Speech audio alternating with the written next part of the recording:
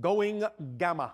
Now, many of you are familiar with some of the different frequency states of your brain, and you know that there are states that put you in different kinds of modalities, different kinds of perspectives. But many of you are also not familiar with the idea called the gamma state, which is between 40 and 100 cycles per second in your brain. In the typical channeling state, it averages somewhere around 45 to 50 cycles per second. 45, 50 hertz, as you say. And this particular vibration allows you to experience in the neurological net of your brain more cohesiveness, more acceleration, more connection, more synchronization, while also simultaneously allowing certain neural pathways to actually close down in order for the focus that is necessary to bring through information from higher perspectives, higher points of view. Now, in general, when you are doing anything that you love to do, following your excitement, acting on your passion, you are in a gamma state. The idea being, as you say, in the zone, peak performance, deep meditation, but also simply when you are engaged and involved, not noticing what you call the passage of time. That is the gamma state, also typically called the channeling state. Now, you can channel in a sense without being in the gamma state, because every single one of you from time to time will channel through the gamma state by acting on the thing you love most, by following your passion. And anytime you do, you are, in a sense, connecting with your higher mind, bringing more of your total being through, accessing information and perspectives and ideas and dimensions that may not necessarily be par for the course in your day-to-day existence when not functioning in the gamma state. Nevertheless, it isn't the only way in which many of you channel. To really bring it down to a simple understanding, because each and every one of you is a greater being than just your physical persona, you can understand that because physical reality is a projection, is an illusion, is a reflective mirror happening within your consciousness and doesn't really exist outside of you, then this personality, this person you consider yourselves to be, is actually a channeled entity, because you are projecting it moment to moment to moment to moment to create the continuity of your personality, the identity that you typically think yourself to be, which is only a small fraction of who you really are. But when you allow yourself to harmonize and align that personality structure that is already being channeled with the higher mind by going into the gamma state, then the persona becomes far more representative of the higher mind. You start really functioning and expressing yourself in physical reality as more of the total being that you are, the total person that you are, and you start experiencing your reality in a very different way, with a lot more positive synchronicity, a lot more manifestation, a lot more perspective on timing and experience of being in the right place at the right time, interacting exactly with whom you need to interact.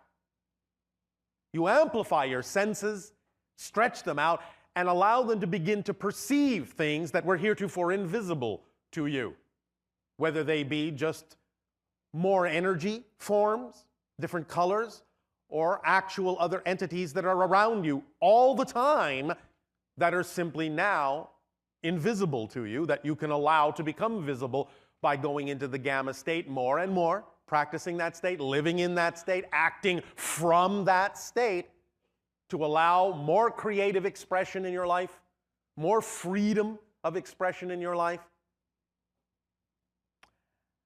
And in doing so, allowing your life to feel very fulfilled, very ecstatic, very effortless, flowing, along your path of least resistance. So practicing getting into the gamma state will allow you to truly begin to accelerate and evolve in a very different way, in a much more expanded way, in a much fuller way, a more all-encompassing way.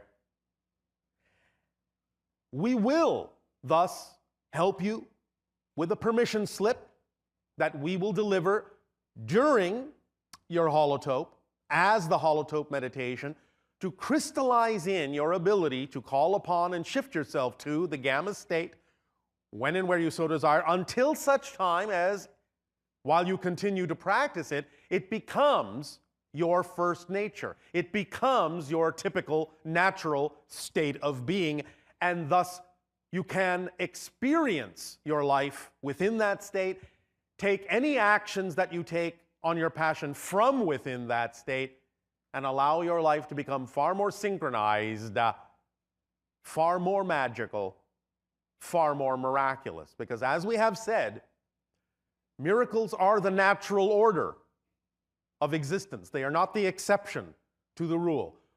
The fact that you don't necessarily always experience your life as miraculous, that's the exception.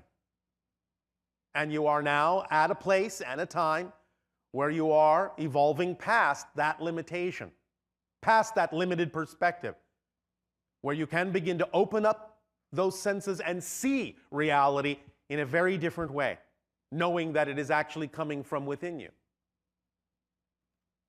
For as we have said also, remember that spirit is your natural state. That high vibration is your natural state. You are all mostly in spirit right now, and you are simply dreaming that you're not. That's what physical reality is. It's a projection of consciousness that allows you to focus your consciousness, your spirit self, in such a way as to pretend that it is no longer in spirit, but it is, and can never leave it. So you are in spirit right now, dreaming that you're not. And thus the idea of going into gamma more and more and allowing that to become your natural expression, your natural state of being in life, with everything that you do, will allow you to begin to wake up in the physical dream, become more lucid in the physical dream, and really experience your life as a dream, allowing it to be far more flexible, far more malleable, far more shiftable, so that you can experience the manifestations that are relevant for you, important for you, that you need in life, in that perfect timing, letting your life unfold in a way that you know already works, not having to force it to work, make it work, manipulate it into working, which are all completely the opposite of what really allows it to reveal to you that it already does work if you will only let it. The gamma state will allow you to relax into that knowingness that your life works, and as you allow yourself to experience more and more of the gamma state, you'll be able to see the examples that your life works and that your passion can support you, and you can begin to truly glide through life in a way where all the things that are not in alignment with your true vibration will come to the forefront very clearly, so that you can let them go and add their energy to your overall momentum of excitement and continue to expand and accelerate yourselves in that way. So, when we take you through that permission slip meditation, you can allow yourself to continue to practice it every day in whatever way works for you, in the best way that works for you, and bit by bit, day by day, you will experience more and more of the reflections that are commensurate with that gamma state and see life as it truly is, rather than the illusions you have put before yourself that don't work for you. It is all about understanding the power of the illusion as opposed to falling under the illusion of power. So before we begin the exchange of dialogue and questions, and before we take you through the permission slip meditation at the end of this transmission during the holotope experience, we will give you a little bit of practice right now to prepare you for this meditation. And this involves your breathing state. As you have witnessed, when the channel goes into the gamma state to align with our frequency and allow our thoughts to translate through him into your language so that we may communicate with you, there is an alteration, a shift in the breathing patterns in the channel's body. This is for the purpose of increasing and enhancing the alignment of his vibration with ours, so that we can harmonize and so he can become a translator for our thoughts by allowing himself in the proper state, the gamma state, to have the same thoughts at the same time we are having them, and thus, like two tuning forks vibrating in harmony, bring through the translation from our reality to yours. But the breathing also in that state, because there is extra energy flowing through the body, and that the brain is now working on a very high level, in a very coordinated, accelerated level, it brings into the body oxygen in a very different way to flood the body with extra oxygen to support the extra energy so that the channel does not burn out.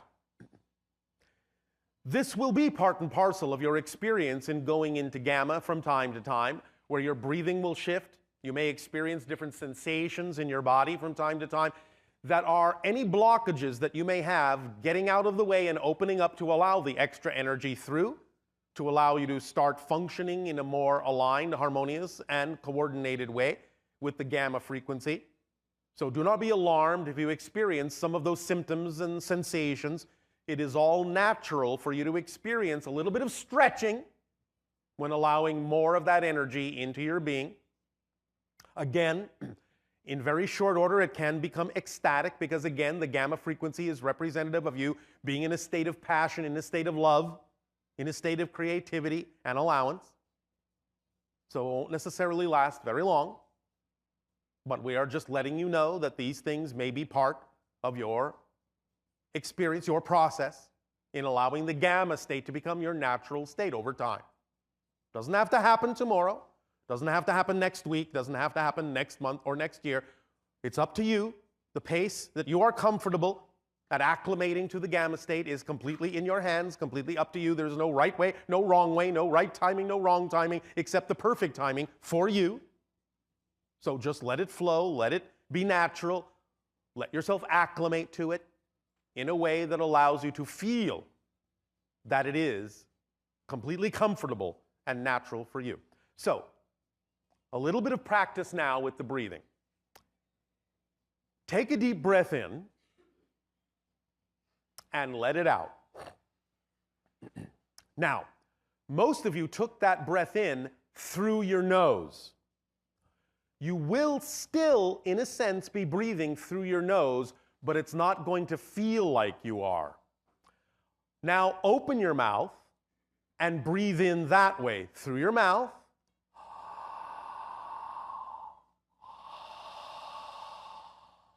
All right, now, that's a different sensation. You're opening up the back of your throat in order to allow the air to come in and go out. So now here's the trick. Instead of feeling like you are breathing through your nose, or instead of feeling like you are breathing through your mouth with your mouth open, allow yourself to begin to breathe through your mouth with your mouth open, but halfway through, close your mouth, but continue to inhale. So that the back of your throat is still open. And it doesn't feel so much like the air is coming through your nose anymore. So that's a good trick, a good way to train yourself to do it, is start with your mouth open, inhaling, but then close your mouth and continue to inhale in the same way without switching to the sensation that you are breathing more through your nostrils.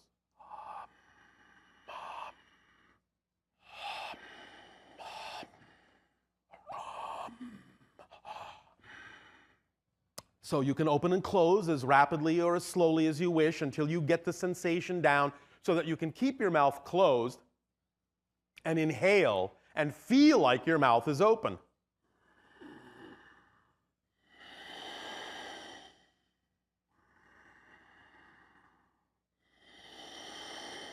Don't worry if you're not getting the hang of it right now. It's all right.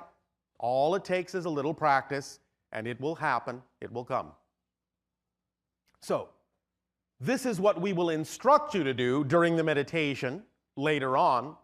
But again, if you just find that right now it's easier to simply take in the deep breath through your nostrils as you're used to doing, that's fine. It can still work, but in time, with practice, you'll get the idea, and this type of breathing will allow you to accelerate into gamma a little bit more rapidly. All right? All right. So, we will get to that. But for now, once again, our deepest appreciation, our gratitude for the co-creation of this interaction and the allowance of our ability to interact with your world and see that many more reflections of the multidimensional crystal of creation reflected in each of you, which is a beautiful thing. I ask in return for that gift now, how may we be of service to you? You may begin with your questions and dialogues if you wish. Good day, Bashar. And to you, good day. Oh, this is exciting. Allow your microphone to be adjusted properly and step up and be bold so that all may hear what you have to share. Okay. I have two questions. All right. The first is, I think, more personal for me, and the second one is, I think, for everybody. Well, we will see. Okay. For this last week, I generally have a strong heart. I'm a very healthy person, but I've been feeling some more heart palpitations. Oh, all right. And I'm not worried about what's going on physically necessarily, and I'm liking to think that you may be picking up on electromagnetic fluctuations within the collective consciousness based on certain things that are happening on your planet right now. I was hoping you'd say something like that. I was thinking maybe I'm picking up something like a new energy coming in, or my heart chakra opening, and I feel there is that, but you're also allowing it to be sensitive to fluctuations in the electromagnetic field of the collective consciousness based on certain things that are going on your planet right now that are being worked out. Is there a way that I can help my body, calm down so when this does happen, I don't freak out? The gamma frequency can assist with this. Deep meditation can assist with this, and redefining the idea of the experience can also assist with this, because the only reason you would, as you say, freak out is because you have a definition that what's happening has to somehow be negative. So when you redefine the experience in a more positive way and explore how it can serve you in a positive way, no matter what the origin of this may be, you'll start to get more beneficial effects, and those beneficial effects can help you experience the idea in a calmer way, in a more peaceful and balanced way. Perfect. Thank you. Yes. My second question is about absorption. Absorption. Mm-hmm. And you mean like a sponge? Yes. All right. A few months ago, I went to see an herbalist, and when she looked at my tongue, she saw that I was eating healthy, but some of the nutrients weren't being absorbed into my body. Then you may be overly toxic. Okay. Therefore, a thorough detoxification of the body may be in order, because when toxins lodge in the cells, they are prevented from absorbing nutrients that you may be putting into your body, and therefore the cells can't use them. So remembering that your air is polluted, your water is polluted, your food is polluted, it is perhaps of benefit for many of you to do a thorough detoxification of the body once or twice a year, so that your body has the ability to absorb the nutrients you put into it and thus be capable of healing itself and balancing itself. Okay. And thank you for that. Yes. And I was, when she told me that, I started thinking about how not just physically maybe not absorbing things, how intellectually or mentally I feel I've put up blocks to absorbing information. Why? When I was a little girl, I remember when I was like 5 or 6, and teachers would ask, like, well, do you have this answer? And I would immediately go to this place in my head where it was wide open. And I would recall where I learned that information. It's almost like I knew where it was located and I would call it forward. Yes. And I thought that was normal for everybody. Did you get chastised for not doing the work? No, it wasn't that, but some other kids around Yes. didn't, they weren't able to access that knowledge. And Yes. I'm a tiny lady, and I was a very tiny little girl, and so I was physically intimidated by some of these kids. So I just right. kind of like put a We adult- understand. You yeah, put up a barrier to the idea A of your barrier. ability to access so that you would fit in. Right. And so now it feels like instead of having this open expanse to, like, I know where the information is, Yes. and I'm calling it towards me, but these walls go up. Well, all right. Well, you still are buying into the belief system that if you drop those walls, that you will experience the same kind of intimidation now? I think so. And I Why? want to get, Why would you experience that now? I guess I'm working through some fears. I Well, don't know. yes. Of what besides the intimidation? Being in, I don't know. Yes, you do. Looking stupid. I don't know the attention. This is a little challenging for me to be up here, but I'm more excited than. Well, all right. Well, congratulations for at least dropping that wall. Right. But again, the idea is you have to examine your belief systems about why you think that's still a reality for you. You're not that child anymore, are you? I'm not. All right. Well, are you sure? No. All right. Thank you for your Yeah. honesty.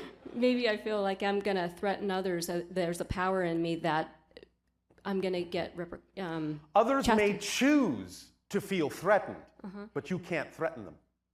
Just as Okay. you cannot be threatened unless you choose to feel threatened. So Okay. this is about the choices that you're making based on what you believe is most true for you in relation to the circumstance that you're describing. Okay. So it's about taking a moment to realize that you're no longer that little girl, that the circumstances now can be very different for you, but that it doesn't really matter whether they are or not, because it's about taking responsibility for your ability to respond. It's about allowing yourself to be who you truly are, knowing that that's actually what serves everyone best, whether anyone else recognizes that or not. Okay. Because otherwise you are withholding your gifts, you're withholding your frequency, and that's not helping anyone, neither you nor anyone else, who really needs to find you, the real you, and interact with the real you. And even if there are people along the way who may, because you are showing them something, reflecting something to them that they resent within themselves and projecting that resentment on you, that's their issue, not yours, if you're not doing anything intentionally malicious. Okay. Do you understand? Yes. But you are depriving the world of your gift, of your energy, of being who you are.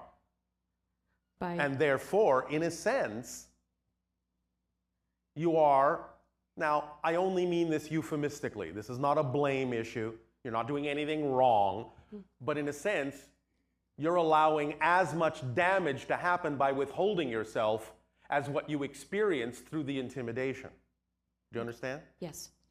Yes. Okay. So, I understand that you may have beliefs that allow you to feel fear of being yourself because you are afraid that something will still happen. But again, you can only be affected if you believe that you can be, if you choose to align with the idea that someone presents to you of negativity. If that's simply not a vibration that you prefer, you don't have to feel intimidated, you don't have to feel threatened, you don't have to feel less worthy than, you don't have to feel like you stand out in a strange or awkward way. You are being yourself, which is what you were designed to be. And that's what makes all the difference in the world and gives those who are willing to see you for who you are at least an opportunity to see in you an example of an energy that will allow them to know it's okay to be themselves as well. So by remaining in your own darkness, you are also not allowing other people who are choosing to be in the dark to see the light at the end of their tunnel because you're not being the light you could be being. Does that make sense? It does. And Is I've been this hearing helping? that. It is. That's the message I've been hearing from Yes. Well, then you Yeah. know what it is you need to be. Yes. And if you feel the fear, then just stop. Take a moment. Ask yourself, well, what belief am I holding on to in order to feel this way? What is it I'm believing about myself to be true in this circumstance? And as you examine that and realize that you don't really need to hold on to those beliefs anymore, they simply aren't relevant for you anymore, and that they come from other people and have nothing to do with you, you will begin to relax and let them go because they will make no sense to hold on to. And through this process, Yes. Will I be able to absorb more knowledge that's... Yes. Okay. All right, thank you. Does that help? It does a lot. Did you absorb the knowledge we just shared with you? I think I did. Well, there you go. Okay. Thank you, my little sponge. Thank you.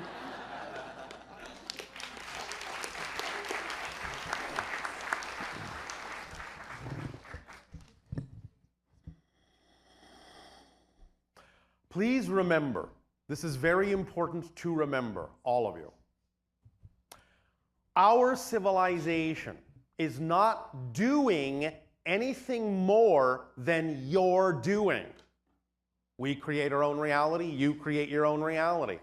It's just that we are aware that we're doing so. So the only difference between what we experience in our civilization and what you experience in your lives, in your civilization, is not a difference that we're doing something different. It's the degree of awareness that you have that you're doing the same thing that we are. That's the difference. So the more you are more aware of who you are and how you're creating your reality through your belief systems, then the more you will see that you are always in control of whatever it is that you experience in life. Yes? Yes. And to you, good day. Good day to you too. Thank you. Thank you for your teachings. I am curious about the breath exercise that you just did. Yes. And I do a lot of work with people and work on myself quite a lot. Yes. And I'm wondering if you could talk a little bit more about the power of the breath to create transformation and how I can use it in my work with people who have experienced trauma and suffering. Well, again, allowing them to go into the meditative state through this style of breathing, which sometimes is referred to as meditative breathing or yogic breathing. It has many different functions in that sense, but as we said, it energizes the body. It brings that in, which supports the body more fully to allow the person to feel more stabilized, more supported by that energy, and more connected to the idea of the higher levels of their being and their own consciousness. It fills them up in that sense in a very different way that allows them to feel like they're riding a wave and floating through an experience rather than having to push their way through or fighting against a current. Does that make sense? Yes, it does. All right. Thank you. And I have one last question about the power of beliefs that can act as barriers. Yes. I've noticed that even when I intellectually understand that a belief is not relevant to me, to my life, that it's difficult to still let go of? There is a pattern that seems to continue to exercise a gravitational pull. No, that's just another belief. Yes. Remember, a habit and a pattern is something you don't know you're doing by definition. Once you become aware of the pattern and the habit, you don't have it anymore. You have to be beyond it to know it was there. Because while you're in it, you don't see it as a habit. You understand? I do. Therefore, you have a definition in your society that once you become aware of a habit, you still now have to do something to let it go. Becoming aware of the habit is the end of the process of letting it go, not the beginning. And if you know that, then you will see that it is gone. If it still continues, what that means is you still have another belief you haven't found that says that for some reason you have to keep choosing to do something you don't prefer to do. Find that belief and let that one go. And if you still are behaving the same way, you still haven't found the core belief. Keep digging. When you truly find the core belief that underlies all those secondary beliefs and truly let that go, then you will see no more of that in your behavior, because you will stop choosing it, because it will make no sense to choose it anymore, because it has nothing to do with you anymore. Thank you. Does that make sense? It does. Please remember, you do not do anything that you don't on some level choose to do. It always comes out in your emotions, your thoughts, your behaviors. They are always the signal about what you believe to be true. And you then have the opportunity to use those behaviors, those thoughts, those feelings, to trace them back to what belief you must be holding on to generate those feelings, those thoughts, those behaviors. Just keep digging. Eventually you will find the core belief. But remember, this is the tricky thing about negative beliefs in particular. All beliefs will do whatever they can. They're designed to do whatever they can to reinforce themselves and make it seem as if no other belief is possible, because that's the only way you can actually experience a reality reflection of a particular belief, is they have to seem real and reinforce themselves to seem like nothing else is real. So when you're dealing with positive beliefs, that's not really an issue, because you don't care that the positive belief and the positive reality seems real.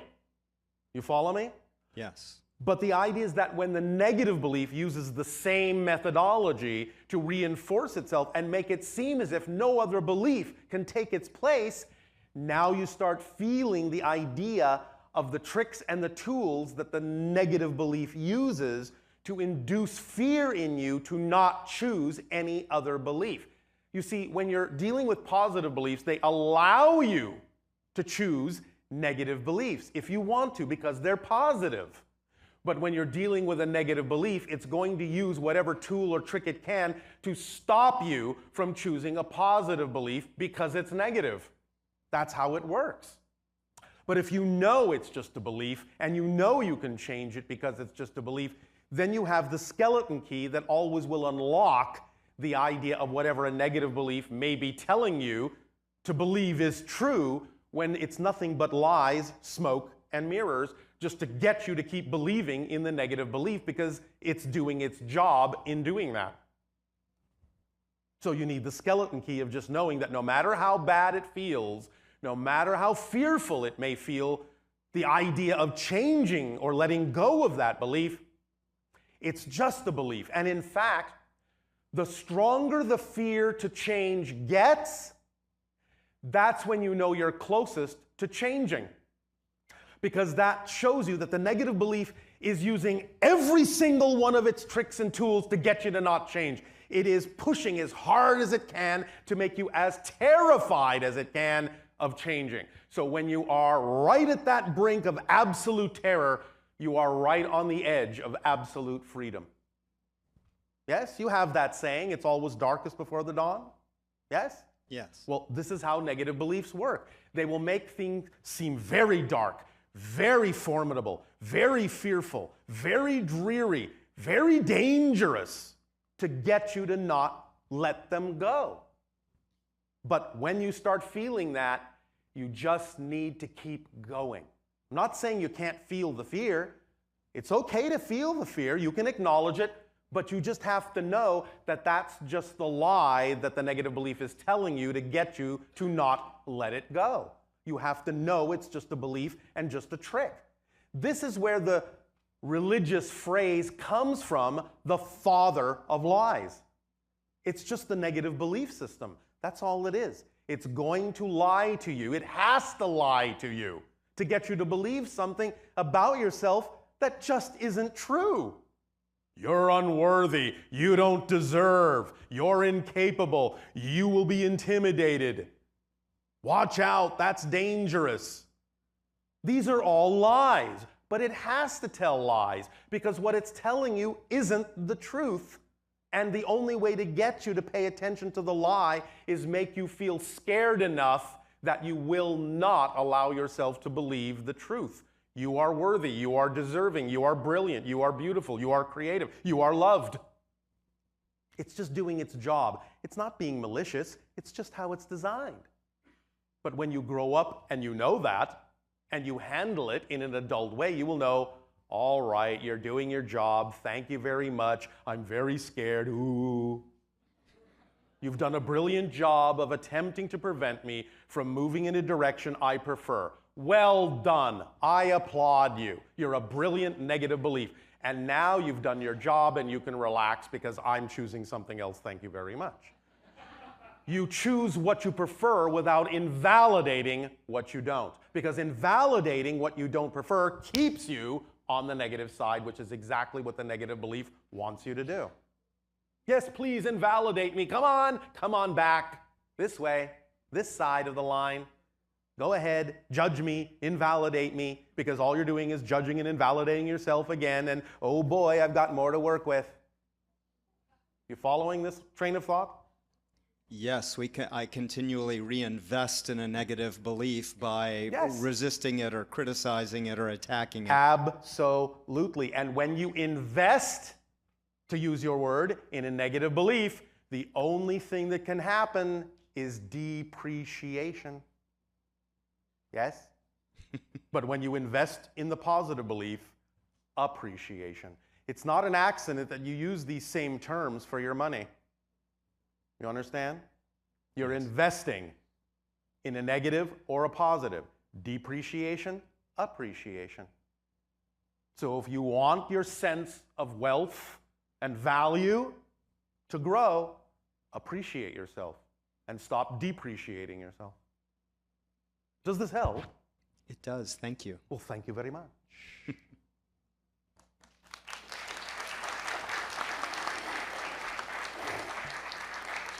Hi, Bashar. And you good day. How are you? Perfect. And you? I'm doing great. Oh, all right. Really nervous. You are what? Nervous. Oh, I thought you said you were doing great. You mean well, you're excited? I'm excited, but I'm You're flopping back and forth between the positive and negative version. Yeah. All right. That's all right. Okay. Tick tock, tick tock, tick tock, tick tock.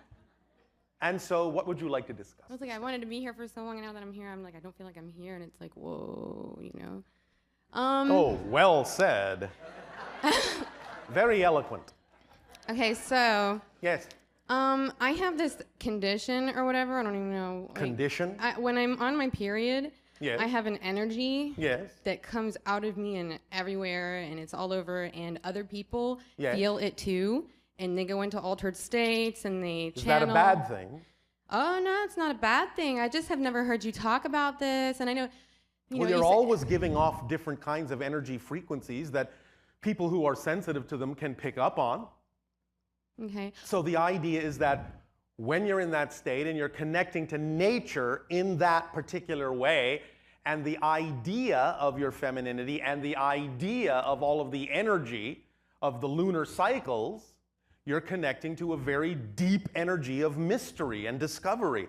And sometimes people can align with that and go along for the ride, and sometimes people may be a little bit afraid of that and not want to do that, but that's all right. You can be within yourself and give off that vibration to invite people to go on that journey of investigating the deep mysteries within their consciousness, or not. Is this all right? Yeah, it's great. Yeah, I used to like, Yes. yeah, I used to define it negatively or whatever, but now I know that it's a good thing. And if I see somebody else projecting or doing something, I'm just like, uh-oh, that's probably me kind of doing that to them. You know, because sometimes they they'll may again translate be it. picking up on things that they don't want to look at within themselves. Yeah. Anytime someone picks up from you something that they don't want to look at within themselves, they may resent it and project that resentment onto you. But that's just another way of saying that they're afraid to look at the issues within themselves that your energy may be putting them in reminder of. Okay. You understand? So if you know it's not anything that you're intentionally doing, Yeah. and you understand it's their issue, you can let them work through it and let them do whatever it is that they feel like saying or doing or going away or what have you. Doesn't really matter. If they have attracted you to them, they did so for a reason, even if it's only to dip their toe in it and run away again. Yeah. And my guru, Mahashakti Anandini Ma, Yes. she has this, she calls Shakti, and other people tune into her energy to help them reach altered states. Yes. Is that like what I'm doing with my energy? Can other people use that as a permission slip to go into this, like my Sure, guru why does? not? So that's the thing that does happen. It can, yes, if they choose That's to use pretty it that way. awesome. Okay. Anything else? Yes. All right. You say that negative energy is the same energy as positive energy, just filtered through negative beliefs. Yes. And that It's angels... using the same energy, but creating a different effect by being filtered through negative beliefs, yes. So demons can attach to your negative energy and amplify your negative beliefs and amplify that. It's not really an attachment. You might attract any different kinds of beings that might be choosing to operate on those negative levels and thus form a kind of an affiliation or an association where you magnify and amplify each other in that particular kind of energy. But there's no real attachment. You always have the ability to change your mind and change your energy about what it is that you prefer to associate with. Well, sometimes I wake up and there's an energy, it makes it impossible. Like, I know that I'm not worthless, and I mean, I've worked on this, I know this. Yes, makes it impossible to do what? Which is actually Feel not possible, that anything. something can be impossible, but go ahead.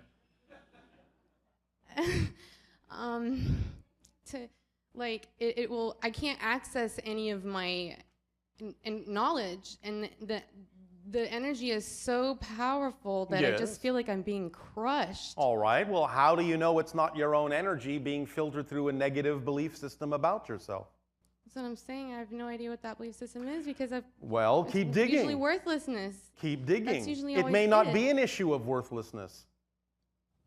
It can be other issues.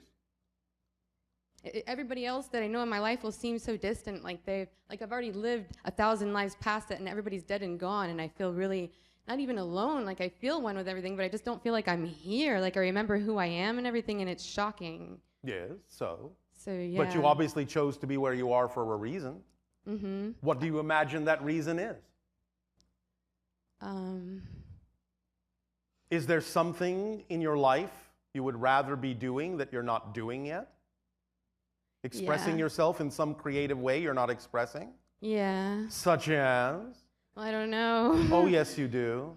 Otherwise, you wouldn't have said yeah. You would have said, I don't know, first. Well, I like to make everybody feel like an energy of like happiness and go into like the zone, the gamut By together. doing what? What is your preferred method of expressing your love, your creativity, your positive energy? What are you not doing you would rather be doing? I like to do psychotherapy with people, the belief discovery stuff. And are you doing it? Yeah, I am with my friends sometimes. And But what is it you're not doing yet that you would rather be doing? what is it that I... Yes. Is there ways you could be expressing your joy more fully? Your Yeah, preference I could and feel your worthy excitement? enough to, like Socrates, just walk around and be like, "Hi, everybody. What's your name? I'm Cheryl. Yes. Talk with me. Love yourself, and all that." But sometimes I like go to approach somebody and I'm like, I don't want to do it. Why? You know? Why? We do it. Because they look at me and they're like, "You're weird." So what? So what? So you are holding I mean, yourself who does back. that, You are holding yourself Yeah. back. Yeah. Why? Why? Because people look and they're like, So what you're saying is you are not willing to be yourself because of what other people think. yeah. That's what Well, I'm then saying. you're holding yourself back. And you know perfectly well then Yeah. what you're doing. When I was a kid, it was easier, and now I feel like because I'm 31, I'm aging. You're and still a it's harder. kid to me. Yeah. What do you like? I'm 500 or something? 154 right now. Yeah. You are a whippersnapper. Yeah, that's pretty cool. You said that nobody would channel the cats or something like that. I but didn't say that. Okay, well, their energy is freaking crazy. They're weird, and they're really invasive, and they're so artistic. Who is and invasive? Happy. The cats. No, they're not. No, they're not. They go in, and then they like. They are not doing anything you're not inviting in. Yeah, I like it, and it's just very strange. It may be strange, but that doesn't mean it's invasive. Yeah, it seems like there's like one cat Stop. governing. Stop. Together. You need to get a handle on your definitions. Okay. So you need to take some time, be reflective, be introspective, go inward, and start examining your inventory of definitions that you have about these things, because the words that are coming out of your mouth are very revealing as to why you're feeling confused about these things, because they are saying very clearly that you have definitions that are out of alignment with who you prefer to be, and that those definitions aren't working for you. Mm-hmm. So take some time to do some self-investigation and find all the definitions that are out of alignment with who you prefer to be. And when you catch yourself using definitions like, it's invasive, stop. Well, I'm not defining invasive as a bad thing Stop. necessarily. Stop. Okay. Don't ramble on. Stop yourself and do some self-investigation. Don't cover it up with extra words. All right? But isn't that what you do when you like channel? You just keep going, kind of? What I'm saying is stop.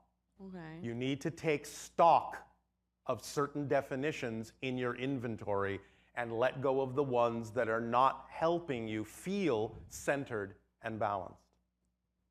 All right? Yep. All right. So if you are willing, do that. It will help. Thank you very much. And then you will know exactly what to say, when to say it, Yep. and it doesn't have to be in any way, shape, or form expressed in a way that will be reflected back to you as if you're out of control. It will be more precise. It will be more well-timed. It will be more artistically expressed. Okay. All right? Are these cats our cats, like our house cats, or do they have another planet? Or something like that? Like, because I think like maybe it's our cats or something. Let's leave the energy of the cats alone for the moment. Okay. Take stock of your inventory, and when you have done a little house cleaning, then you may find that the cat energy will be experienced differently by you. Thank you. All right? Thank you. Our love to you. Love you. Good day. Bye.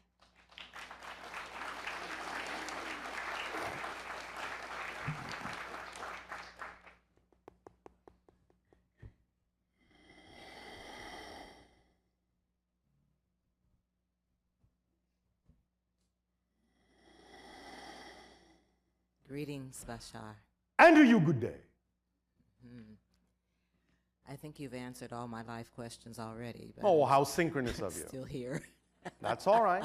You don't have to have a question. You can make a statement if you wish, or if a question comes up, you can ask it. Oh, no, I have a question. All right, well, speak up and be bold so that everyone can hear you. Okay. The first one is about... Oh, now suddenly she's got more than one.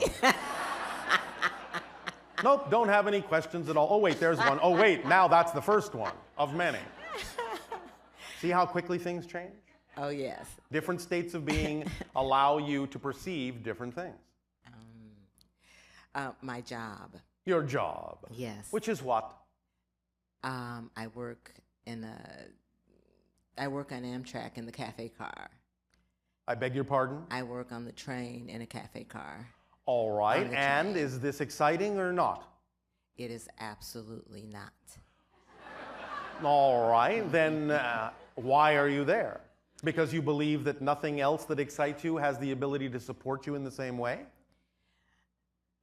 Pretty much that's it, yes. All right, well, are you at least, in whatever time you have, acting on your highest excitement to the best of your ability with no insistence on a particular outcome when you can, to give your excitement an opportunity to show you that it can actually support you? Are you at least doing something to allow your excitement to reveal and prove to you that you can be supported? Yes. Such as? I'm going to school. To do what? Voice acting. Voice acting. All right, this is exciting for you? Yes, I love it. Oh, all right. So, again, please remember, you have to honor whatever belief system you already have that you believe you need in order to be supported in life.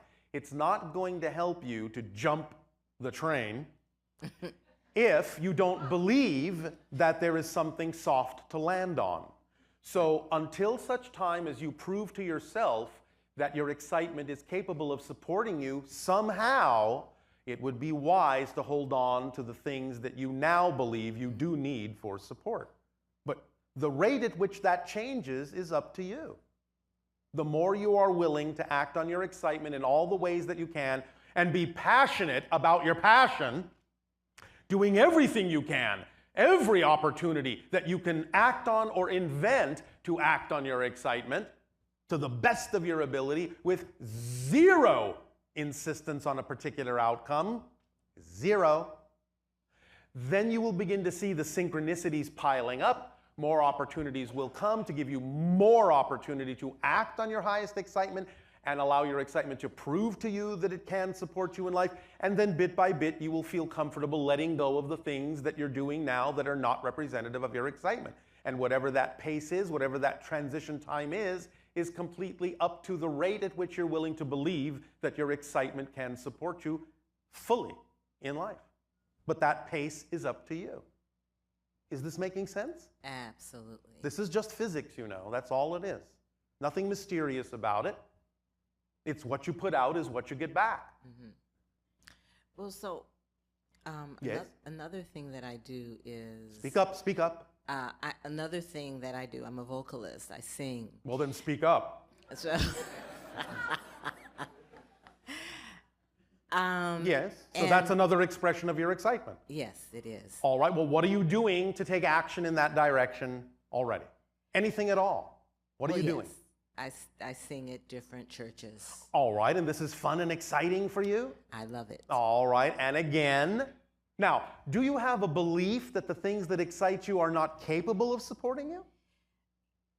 I have a belief that, one is that I'm not good enough. Not good enough. So I say that, and then somewhere in the back of my mind says, well, that's not true. So I have... Well, which one are you going to listen to? Well... What's coming out of your mouth or what's going on in the back of your mind? I must be listening to the one that's coming out of my mouth because of where I am with it. And therefore, why give that more credence than the other voice? Why? Your mouth isn't necessarily smarter than the back of your head. Well, listening to your conversation about the negative energy, yes, that appears to be the most powerful energy that I listen to. Because you believe that it is. But it's not really. It's Yes. just attempting to convince you that it is. It doesn't actually have any more power. Right. It's tricking you into thinking that it does. But why pay attention to that if that's not what you prefer? What makes it seem like the negative actually has more power than the positive? Well, Yes. sometimes I'll look to the past that does not exist. Well, then, if you know it doesn't exist, what are you looking at? Nothing. I know. All right. But again, you can start to broaden your definitions about what support means. Remember that when we talk about the idea of support and abundance, there are many forms of abundance. Abundance is, as we have often said, just the ability to do what you need to do when you need to do it. That's it. Who cares how that gets accomplished? Sometimes it might be money, which exists on your planet. Sometimes it might be that you're being given a gift. Sometimes it might come in the form of synchronicity. Who cares what door it walks through as long as you are supported? Don't insist on any particular method of support, and then all the methods of support can come in when they are needed. And the ones that aren't there aren't the ones that will work. They're not the path of least resistance. You have to train yourself to know that your life already works, and that whatever form of abundance comes is the form that is representative of the path of least resistance and the support that you need at that moment. And stop insisting that it has to come another way. How about that idea? I like that. And I'm getting better at work Yes. releasing the stuff that doesn't serve me. All right, and another suggestion also, if you're going to hold on to doing the thing that you say is not really as representative of your excitement as these other things, at the very least, if you're going to hold on to it for a while, do it in the most exciting way you can do it. That's what I was going to say.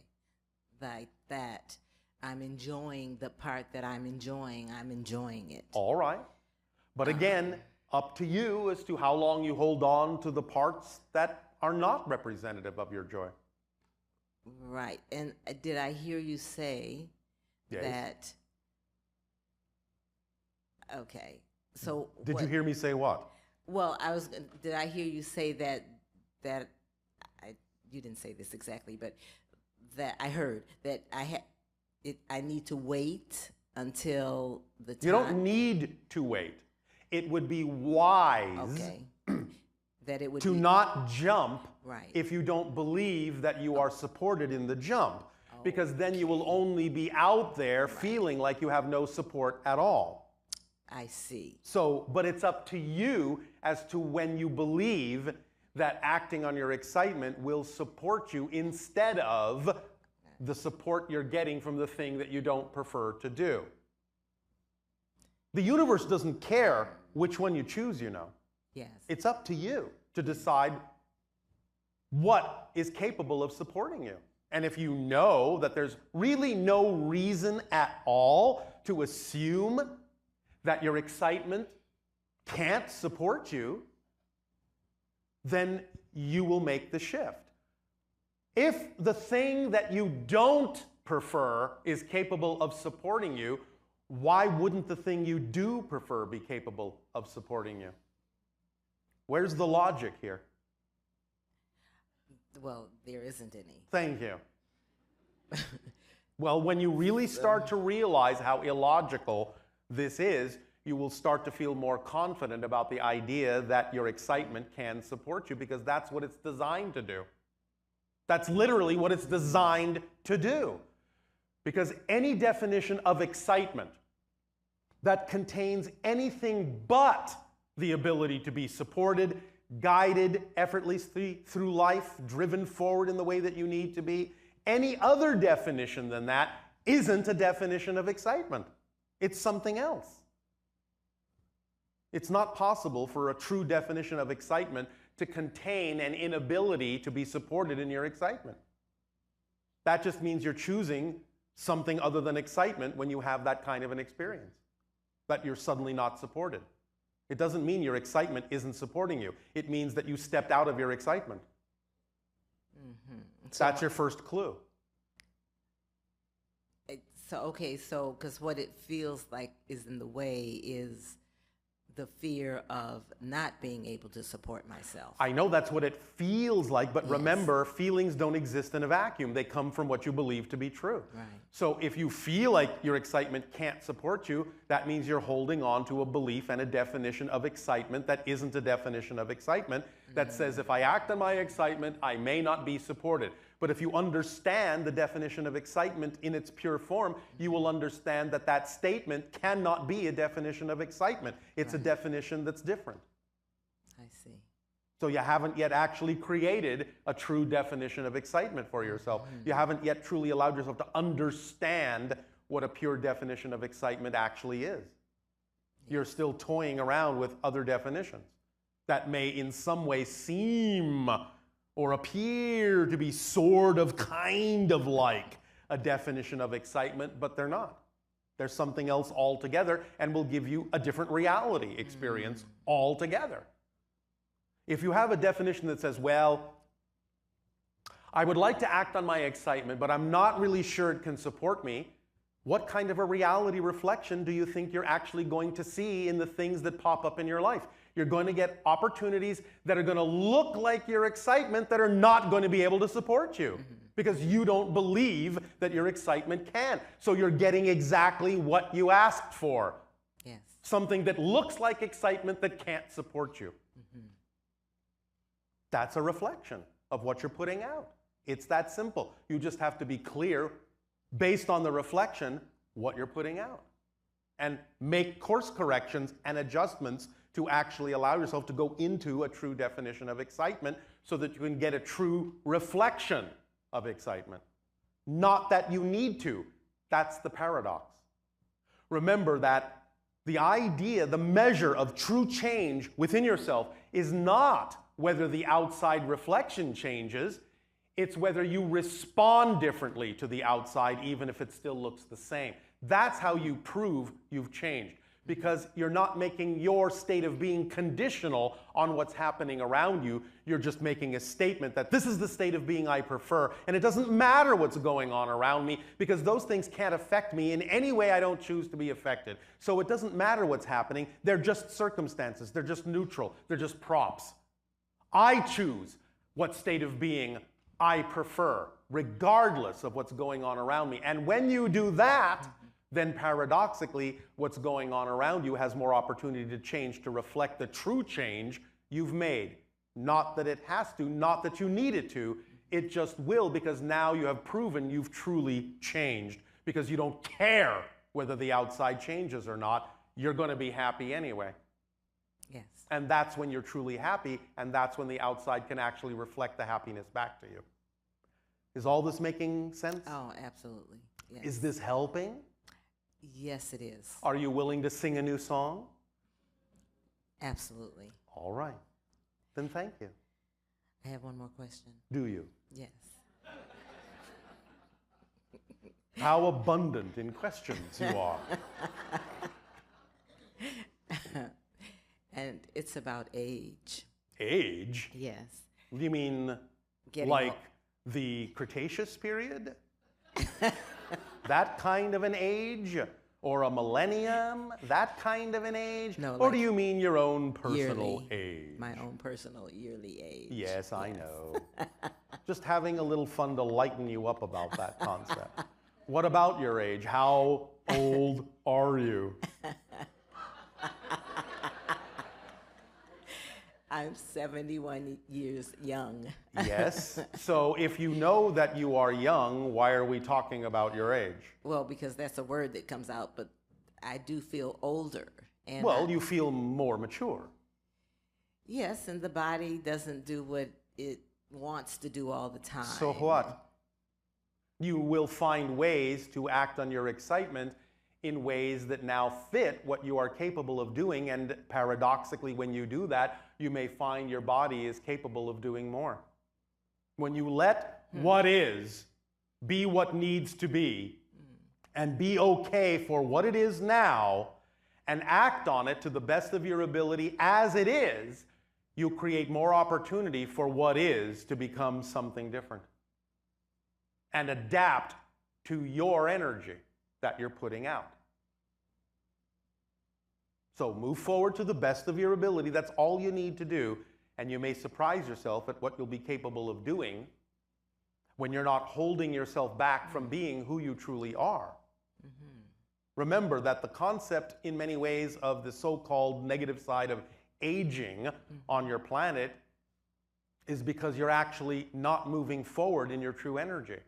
You're stagnating, you're holding back, you're not letting your full energy support your body. You're cutting yourself off from that energy source by not acting on your full passion, and therefore the body can, when cut off from that energy, start to wither and die. But when you fill yourself full of life, it's quite possible that you may actually even see a reversal of age. Because you'll fill yourself up and plump yourself out. Does that make sense? Yes, it does. Does this help? Absolutely. Thank you so much. All right. Thank you.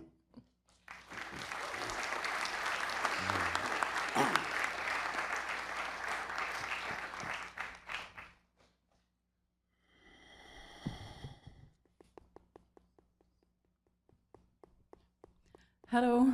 Andrew, you good day. Hi, I have questions about parallel realities. Yes. I try to understand better, so maybe I'll make some statements and then you can All right. elaborate. So like in quantum mechanics, they say that all possibilities are there, and the moment that the possibility is observed, Yes. the waves will collapse. Yes. Right? So my question is if all possibilities are there at the same time, but and you say like all worlds are there, but Yes. if they are not observed, are they like as real as what we experience They are here? because they're observed by someone else, not you. Maybe other versions of you are observing them and experiencing those parallel realities where you are only experiencing what you chose to observe with your frequency. So there are literally like billions of An infinite parallel number, yes. realities that are collapsing like this one Constantly. constantly. Yes, Okay. moment to moment. You are shifting through billions of parallel realities every second to create the illusion of time and space and change. Otherwise, each parallel reality would just be a frozen snapshot with no experience and no movement in it. You have to shift your consciousness through those in the same way a projector light shifts through different frames on a film strip to create the illusion of movement and change in a movie. But then what is the meaning if it's already all happened? The meaning is what you put into it in terms of the new experience you have because you're looking at it from a new perspective. The structure of existence never changes. Your perspective of it does. And when you change your perspective of it, there's new meaning in the relationship that you have to the structure that doesn't change. But it's already been perceived, all of it. But not by you. Do you understand? Not by you on this level.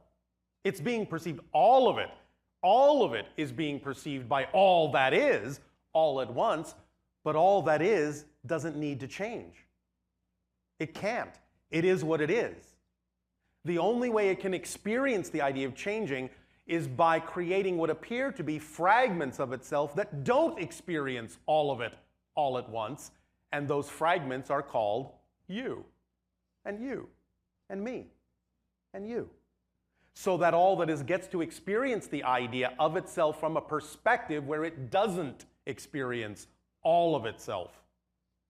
Does that make sense? Yes, but when it's already happened, because there is no time and space, this already happened. It exists right now. It's not that it happened. That's a temporal statement. It just exists. Time is one of its creations. So it can play with time, you can play with time, and make it flexible and malleable in many different kinds of ways. But the way you're playing with it right now, here, in this experience, is that you're creating the side effect called time and space and change in order to pretend that it doesn't exist all at once so that you can rediscover it from a new perspective, and that's how you grow in your relationship to all that is. Okay. And how does that relate to like evolution? If all realities are Again, it's possible? the same idea. Evolution is just the path you're choosing through the parallel realities that exhibit a particular kind of change that you call an evolutionary one, because you are creating a sense of continuity in that path that makes it look like you're going from this to this along a particular process line. You could really skip all over the place if you wanted to, but you don't, because you're playing the physical reality continuity game, and you want to experience the idea of evolutionary process, because that's one of the ways you will discover new perspectives of who and what you are. That's just the name of the game here. Okay. Not everyone experiences it that way in every reality. Okay. And like some people like say that, you know, like how I perceive it now, there is pain, there is war, there is this, Yes. that there is like another reality where people don't like perceive. Okay, I can understand that you can shift your vibration and your frequency, and so your perception to why there is pain, but is there really also a parallel reality where the war doesn't like Of exist? course. If you can imagine it, somewhere it's real, because you can't imagine non-existence. So there are an infinite number of versions of Earth, just to keep it earthbound in this conversation, and there are an infinite number of experiences on those different Earths. There are Earths that are absolute paradise. There are Earths that are absolute hell. There are Earths that have already destroyed themselves utterly. The idea is that you're shifting yourself through a number of those parallel versions of Earth that are representative of the path that you are choosing to take. You never change the world you're on. You just shift yourself to another version of Earth that is now closer in reflection to the change in vibration you've made within yourself. So you're going through all those parallel versions, And if you are of a certain state that is representative of the idea of your world being a peaceful one, then you are heading through a variety of versions of Earth to the ones that are only expressing the reflection of peace. If you stay on that track, if you stay in that state of being, that's where you'll wind up. But you're not changing the planet you were on. You're leaving that version and shifting to another one that's already existing, that's more reflective of the change in your vibration. Mm-hmm. Does that make sense? Yes.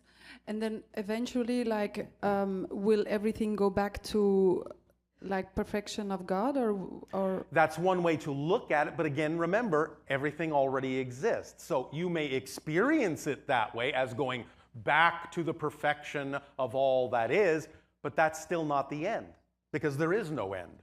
There is still other things you can imagine from that state of being that can still be explored from other perspectives of all that is, that you can't imagine here because you're not seeing from that level yet. Mm-hmm. But that is evolution, because you can see onto us like yes. in a lower state. It's a type of evolution, yes. Okay. It's one way that evolution can express itself. Yes. Does that help? Yeah. I have to re-listen, but yes. Oh, all right, if you insist. Okay. I have one more small little question. Small little tiny question. All right. Maybe a big answer, but when something doesn't, can it be that something is fearful to you, and so you don't, and you want it, but you don't feel the excitement because the fear is too big? Yes, well, what about it? Yeah, I just wondered. Many times people can dampen their excitement with fear-based beliefs and not recognize their excitement, yes. And also, the reverse can happen. Something may actually not truly be representative of your excitement, but someone can believe that it is when in fact it's not, because they may be in denial about what actually would be more exciting and they're afraid to do it. So they will pretend that something else is actually their excitement when it really has nothing at all to do with their excitement. So it can go in both directions. Okay, great. Does that help? That helps. Thank you so much. You are welcome.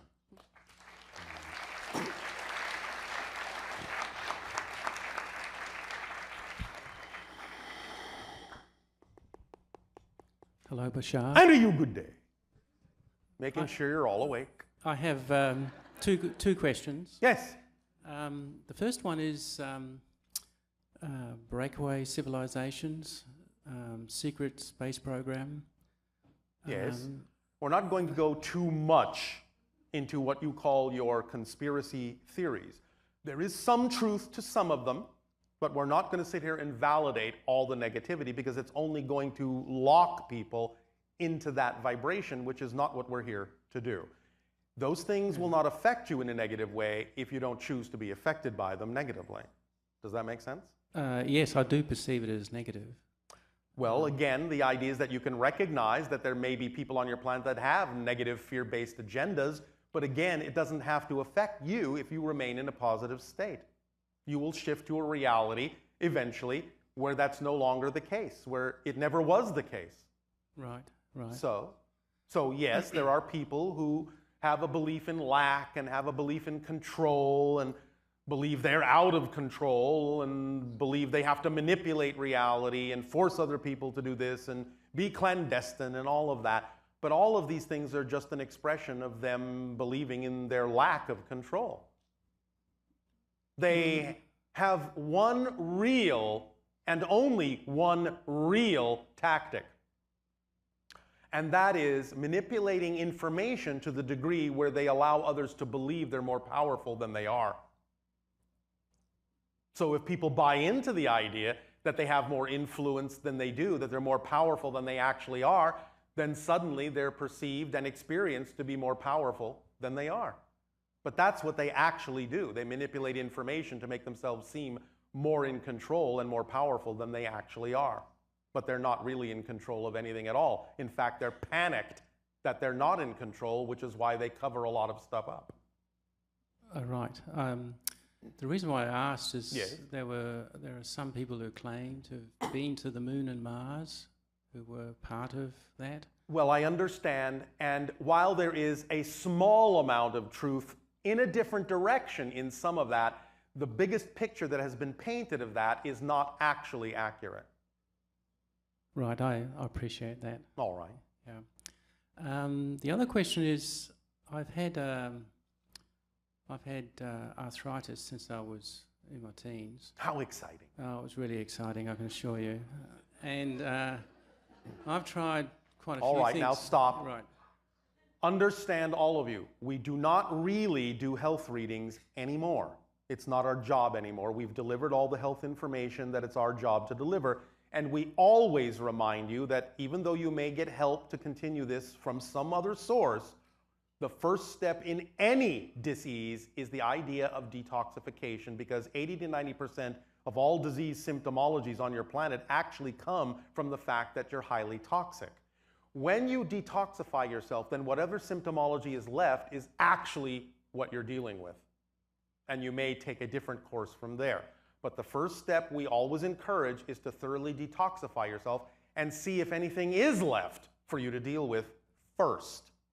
That's the easiest, most simple step that can actually alleviate most of any difficulty.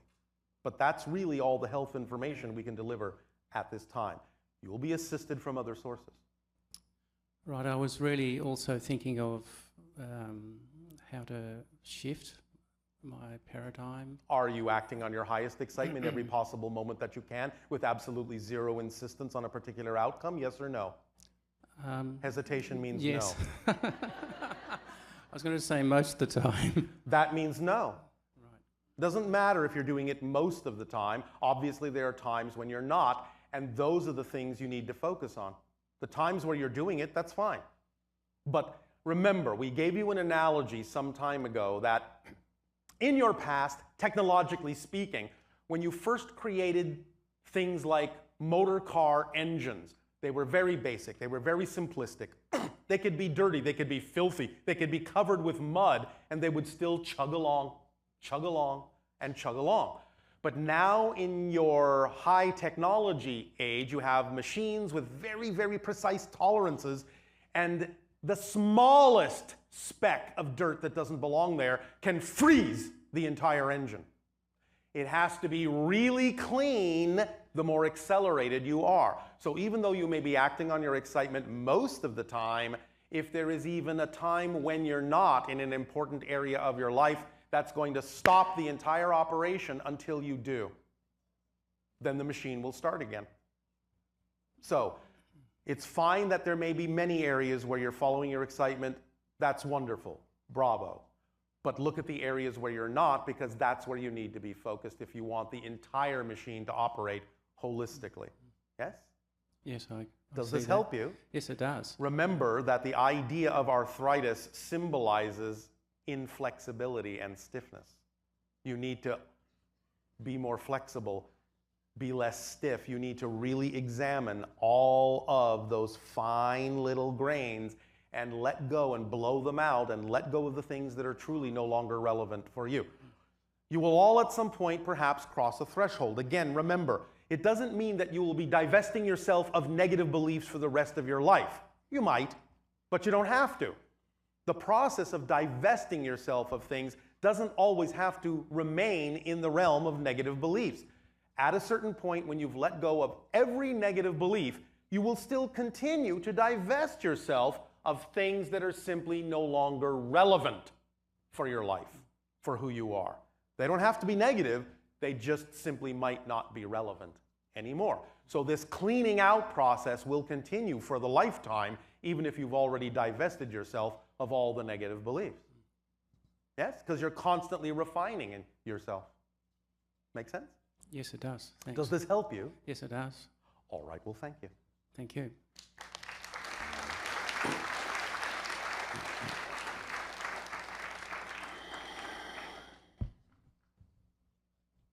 Good day, Bashar. And to you, good day.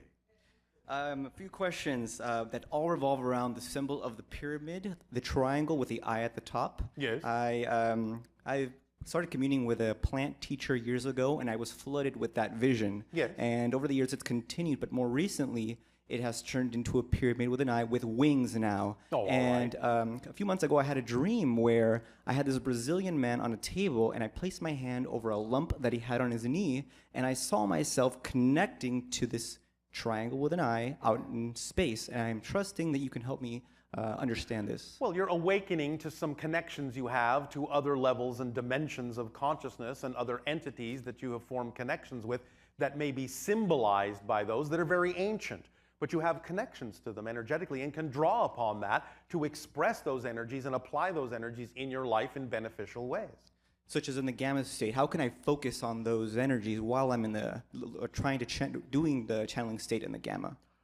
Well, again, when you're in the channeling state, you are in gamma, and whatever symbols need to appear and whatever connections need to come up will automatically do so, because in that gamma state, in the channeling state, these things happen synchronistically and automatically. You don't have to plan to grab this and grab that. What needs to come up will come up in exactly the right order, at exactly the right timing.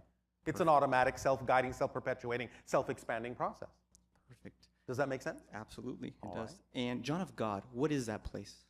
What is that place? Yes, the man that lives It's in a that place where a particular individual is radiating and connecting to a certain frequency that, if other people decide to match that frequency, can allow themselves to heal themselves in certain ways or find information or answers to things they have been searching for. And speaking of healing, would you be able to give me a permission slip to improve my eyesight to the point where I no longer need glasses? Look within. Thank you very much. Does that help you? That absolutely. I don't mean to be facetious, but really the idea is that sometimes you don't see outside because you need to see more clearly inside first. And it may never be necessary for you to see that clearly outside. Do you understand? That's If it is necessary, it will happen. The more you act on your excitement to the best of your ability with no insistence on a particular outcome, you will see everything you need to see. Sometimes there are things you don't need to see. So your vision can become very specific. You can see certain things very clearly, and other things can remain fuzzy and sort of off to the side because they really simply are not relevant for you at this particular moment to focus on. understood. Make sense? Thank you so much, Bashar.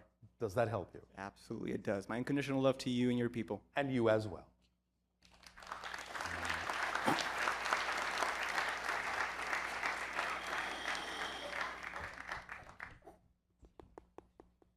Hello, Bashar. And to you, good day. From the morning, I'm getting a strong feeling that you may have a message for me. If you have anything from my higher self or higher mind, can you? Oh, I'm going to ask you the same question I've been asking, because that's what the higher mind would ask. You do understand that the sensation you call excitement, that's actually your body's translation of a message from the higher mind, saying, do this first, do this now. Do you understand that? Yeah, I do. Are you acting on your excitement to the best of your ability with no insistence on a particular outcome every moment that you can? I'm not. Why? I don't know why. Yes, you do. What are you afraid of? What are you afraid will happen if you do? I think I just feel maybe lonely or just by myself. Lonely. Yeah. So you're not acting on your highest excitement, which could attract all sorts of people to interact with you in exciting ways because you're lonely? Yeah, I don't know what the fear is. I'm just thinking maybe Yes, that you is, do. You're just not digging deep enough. Mhm. You have to make it conscious. You can't be afraid to find out what your fear is. Otherwise, you're stopping yourself. You're blocking yourself. You're isolating yourself. And that's why you're experiencing loneliness. Okay. Because you're afraid of what will happen if you actually become who you really know you are. What do you imagine is the most terrifying thing that might happen if you acted on your excitement to the degree that you would like to? Yeah, I'm not very clear on that either. Is there something that you're not doing you would rather be doing? Anything at all? Yeah, I should be writing. I should be. Don't say should. That's a self-judgment. Mhm. Is there something that you would really prefer to be doing that you're not doing? Writing would be exciting. Writing, yes. And what else? And using my voice somehow How? I feel. What would be one of the most exciting ways you could use your voice?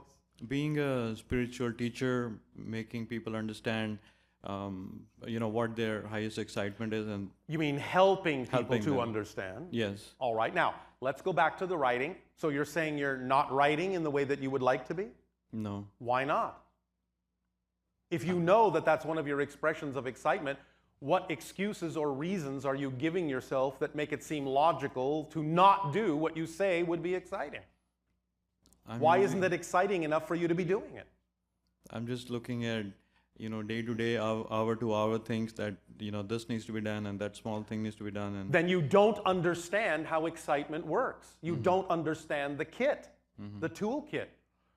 The toolkit of excitement, when you start acting on the formula, and again, please understand, this is just a description of a mechanism. It works flawlessly. It's working right now. It's just that you're using the mechanism to produce things you don't prefer instead of using it to produce things that you do prefer.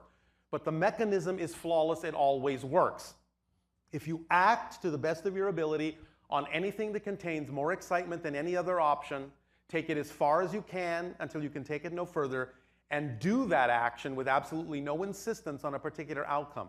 You activate the complete kit of excitement, and the tools in that kit are, it becomes the thing that supports you in all the ways you need to be supported. It becomes the driving engine that moves you through life in the most accelerated way. It becomes the organizing principle of synchronicity that shows you exactly what you need to do, in what order and when, and what you don't have time to do at the end of any given day didn't need to be done. It is also the path of least resistance that allows you to flow through your life most effortlessly. It is the path that connects to all other expressions of excitement, no matter what form they may come in. It is also the reflective mirror that reveals to you anything within you as a definition that may be out of alignment with your excitement, so you can examine it, make it conscious, let it go, and add that energy to your excitement so you can continue to expand. And it leaves nothing relevant out. It's a complete kit, self-contained, self-guiding, self-perpetuating, self-attracting, bringing you everything you need. So when you say, well, I have to do this and I have to do that and these things are getting in the way of my excitement, you're working your life backwards. Because by acting on your excitement, whatever really needs to be done will get done because the timing will be provided for it. And if it doesn't get done, most likely it didn't need to be done either that day or maybe even ever. Okay. You have to trust that the guiding principle will actually show you what you need to do, because many people on your planet are very, very busy doing all sorts of things that they probably don't really need to do. You can be much more efficient and streamlined in your life by allowing the principle of synchronicity to guide you as to what actually needs to be done that's in alignment with who you are, and when it needs to be done that's in alignment with who you are, and with whom it needs to be done that's in alignment with where you are, and where it needs to be done that's in alignment with who you are, and nothing else. Okay. Does this help? Yeah, it does. And I feel... so when will you start writing? I'll start tonight, this evening. All right. Yeah. Is that exciting? Yes. And drop any expectations about what the writing is supposed to get you or what's supposed to happen with it. Do it because that's what excites you, for its own sake. That's it. Okay. We share these ideas. We communicate with your civilization and other civilizations because this is who we are. This is what excites us. If you don't pay attention to anything we share with you, we don't care. We would do this anyway because this is what excites us. But we know that because it is what excites us and it's because it is who we are, there are those who will absorb the information and make it their own and use it to accelerate their lives in a positive way. We know that must be so. So we don't have to care who does and doesn't pay attention to the information. We know the people that need to pay attention to it will pay attention to it and use it. We know that the people who don't need to use it won't pay attention to it, and they're not our audience anyway, so who cares? Okay. I do this because this is who I am, and that's the only reason to do it. No other reason. Whatever happens, happens, and we trust that whatever happens will be exactly the thing that needs to happen in perfect order. Because we know that's how things work. It's as simple as that. And I feel the procrastination habit is also connected to this, because what I'm procrastinating on are the things which don't excite me, but I'm not doing what excites me.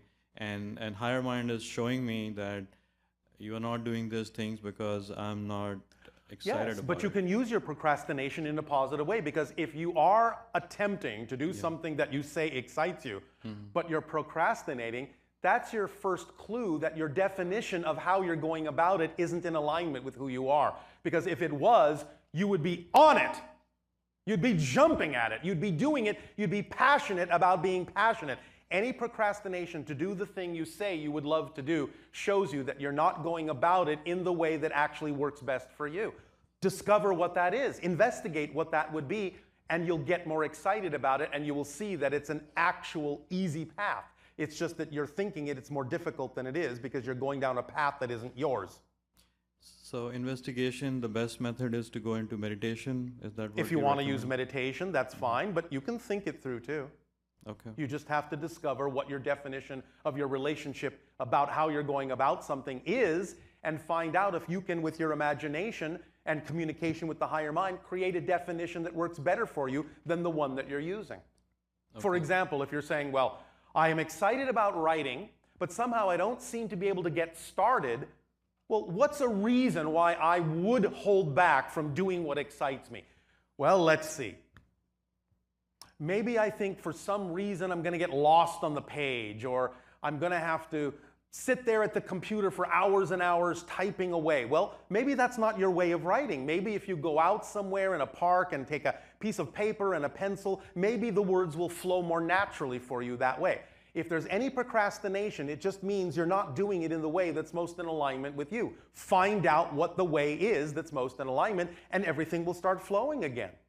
Gotcha. Yes? Okay. Yes. Does that help? Yeah, it does. How exciting. Okay. Thank you.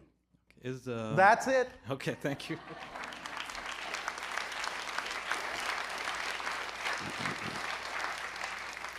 If nothing else, and you feel procrastination, if you're really a writer, you would write about your procrastination. And then you won't be procrastinating. Simple as that.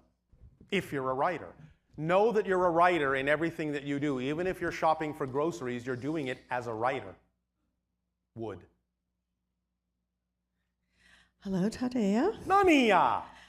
I think we have about 15 minutes left, and so maybe I'll do a couple of Ustream questions, all right. and then if you'd like us to call someone else up, that'd be fine. Okay, the first one has to do with the attacks in Paris. Yes. The terrorist attacks. Well, we long ago told you that you are going to see an increase in violence as you get everything out on the table to decide what kind of a world you really wish to have. And we said that because everything is starting to dissolve and fall apart, you're going to probably see an increase in instability. And you're going to see reflections of individuals who are in fear and feel disempowered for a variety of reasons, and expressing a kind of insanity on your planet until such time as you start to really balance yourself, look at the real deep causes of these things, and start to communicate with each other in ways that are far more constructive. Now, there may still be those who don't want to listen, and eventually they will be, in a sense, evolved out of your society by the shifts that you make. But nevertheless, this is the time of disassembly before you can reorient yourself and reassemble your path in the direction of a parallel version of Earth that you prefer. You answered that person's question completely. Thank you. Okay. Well, we're nothing if not efficient.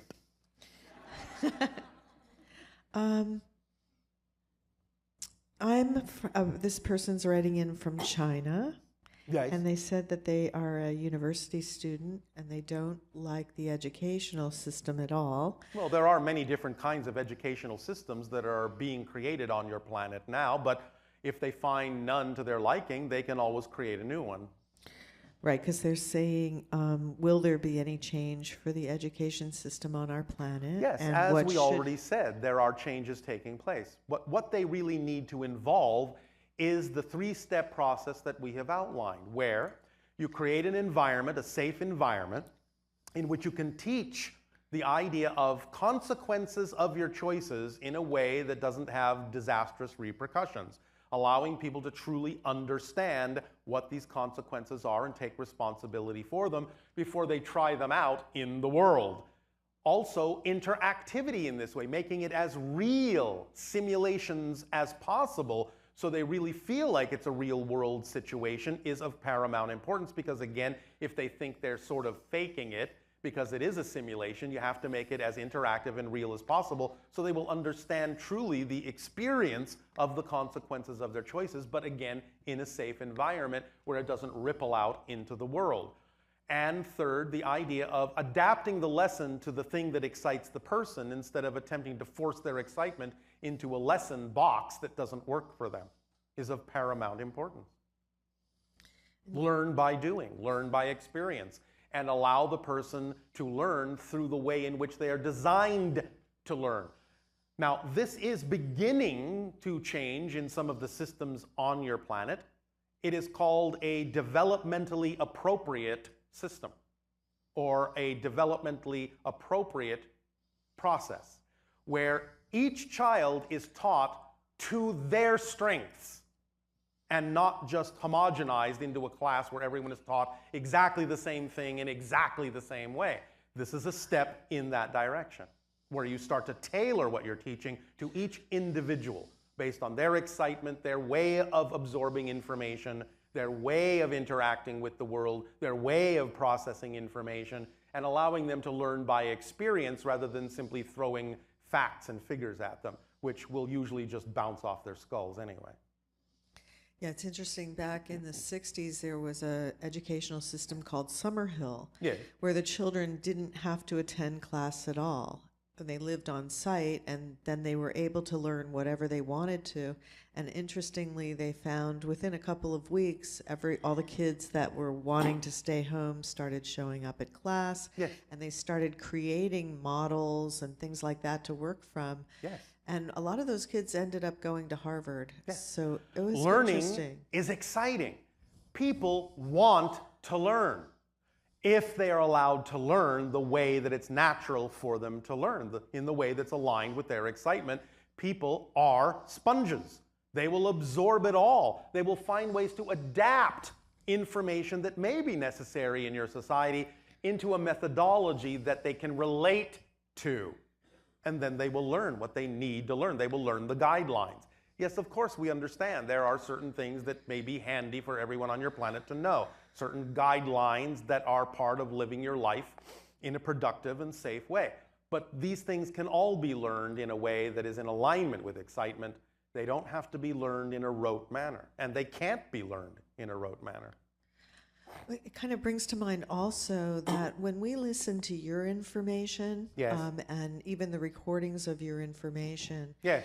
there's a holographic effect with it where when you listen to it, you hear something different every time Yes. because it seems so specifically designed Yes.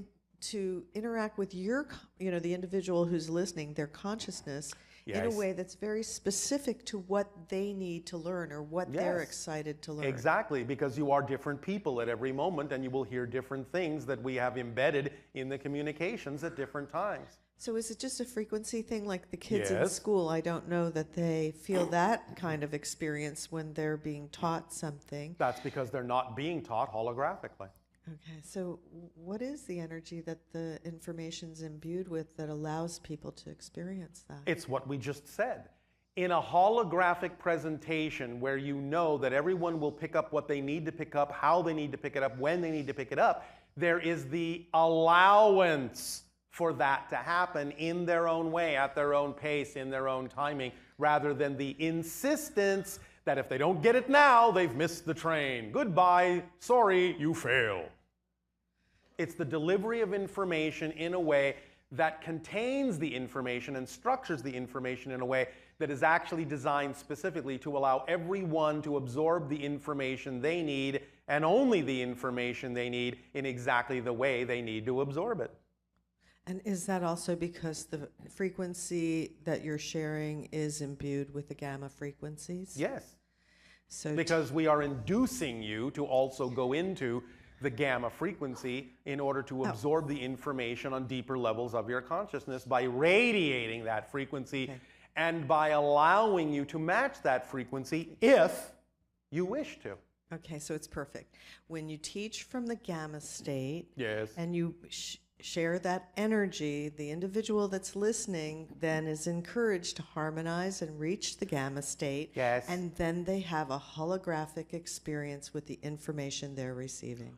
Yes, and this is why it's up to the adults who are teaching to be very, very imaginative and allow themselves to teach from the state of the higher mind, the gamma state, the imagination state.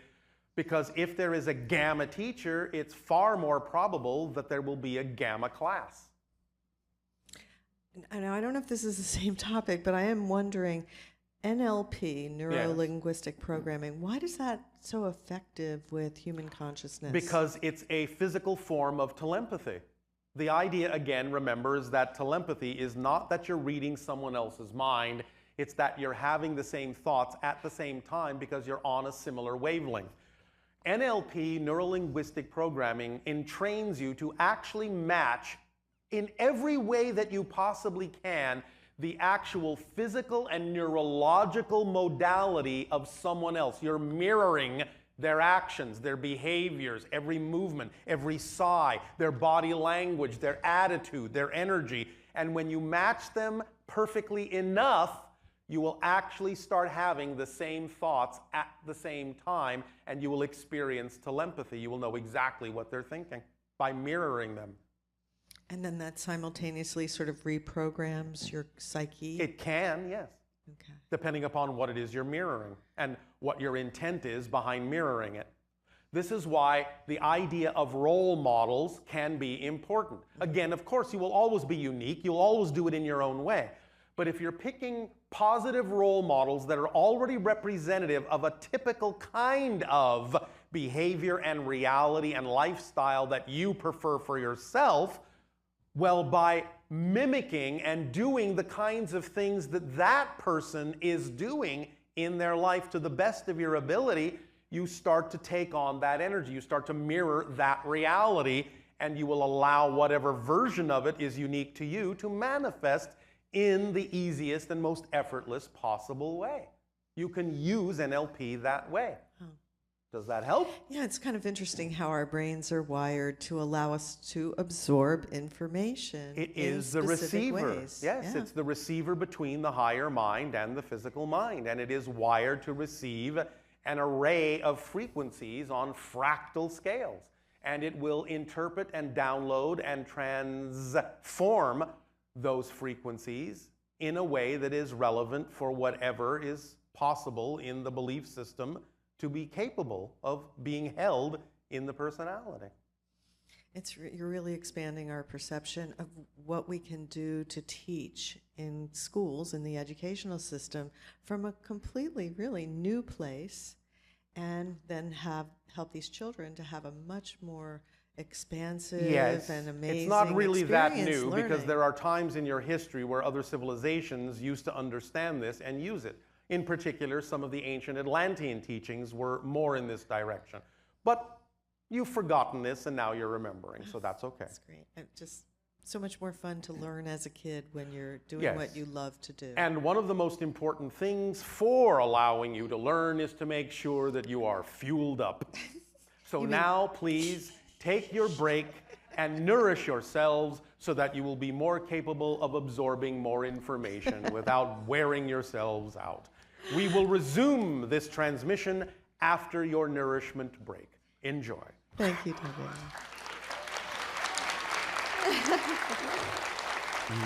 Darryl.